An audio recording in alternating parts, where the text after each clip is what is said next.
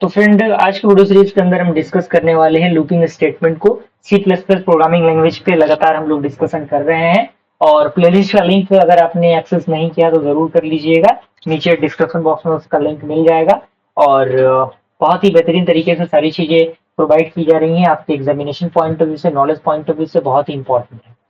तो आइए स्टार्ट करते हैं इसको बिना किसी इंतजार के। सबसे पहला पॉइंट इसके अंदर कह रहा है कि it is also called a repetitive control structure, यानी जो लूपिंग स्ट्रक्चर, सॉरी, जो लूपिंग स्टेटमेंट है उसको हम लोग क्या कहते हैं, रिपीटेटिव कंट्रोल स्ट्रक्चर के नाम से भी जानते हैं।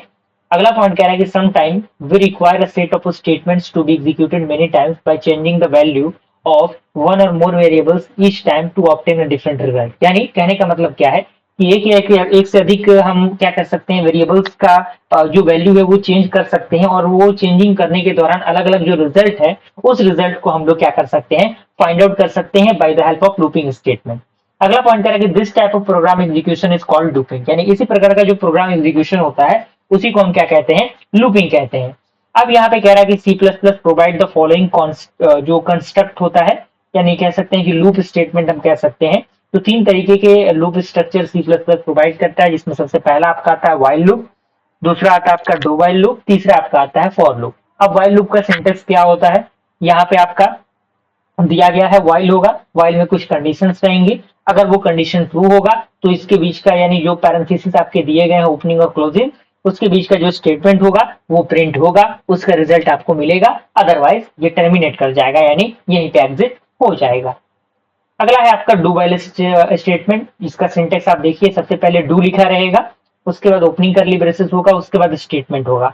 यानी कहने का मतलब क्या है, डू यानी ऊपर से नीचे की तरफ जो प्रोग्राम का चेकिंग प्रोसेस है वो आएगा, और उसके बाद कंडीशन लास्ट में चेक होगा। पहले स्टेटमेंट प्रिंट होगा, उसके बाद कंडीशन यहाँ पे चेक होगा। ये आपका डू वाइल लूप का स्ट्रक्चर है। अब लास्टली आपका आता है फॉर लूप। फॉर लूप काफी इंपॉर्टेंट और काफी पॉपुलर लूप है। ज्यादातर प्रोग्रामिंग फील्ड में इसी लूप का यूज किया जाता है, और डू वाइल लूप का बहुत ही कम केसेस में यूज किया जाता है। तो ये आप देखिए, इसके अंदर कह रहा है कि it is a count controlled loop in the sense that the program knows in advance how many times the loop is to be executed, यानी कितने टाइम लूप को एग्जीक्यूट कराना है, एग्जीक्यूशन कराना है।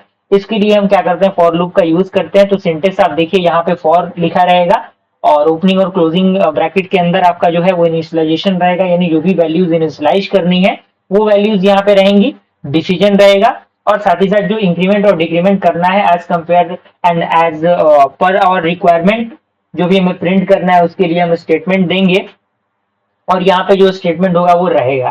तो ये कंडीशन फुलफिल होगा, ये स्टेटमेंट प्रिंट होगा। तो इस तरीके से आप देख सकते हैं कुछ और भी पॉइंट्स है फॉर लूप के अंदर। तो यहाँ पे तीन तरीके की जो चीजें हैं, initialization of loop control variables, यानी ये एक लूप कंट्रोल वेरिएबल के लिए यूज होता है। Testing of loop control variables, और थर्ड आपका आता है update the loop control variable either by increasing और डिक्रीजिंग। तो इस तरीके से हमने आज की वीडियो सीरीज के अंदर क्या डिस्कस किया, लूपिंग स्टेटमेंट को हमने डिस्कस कर लिया। मुझे पूरी उम्मीद है कि चीजें आपको समझ में आ गई होंगी। जल्द मिलता है ऐसे वीडियो के साथ, तब तक के लिए थैंक यू।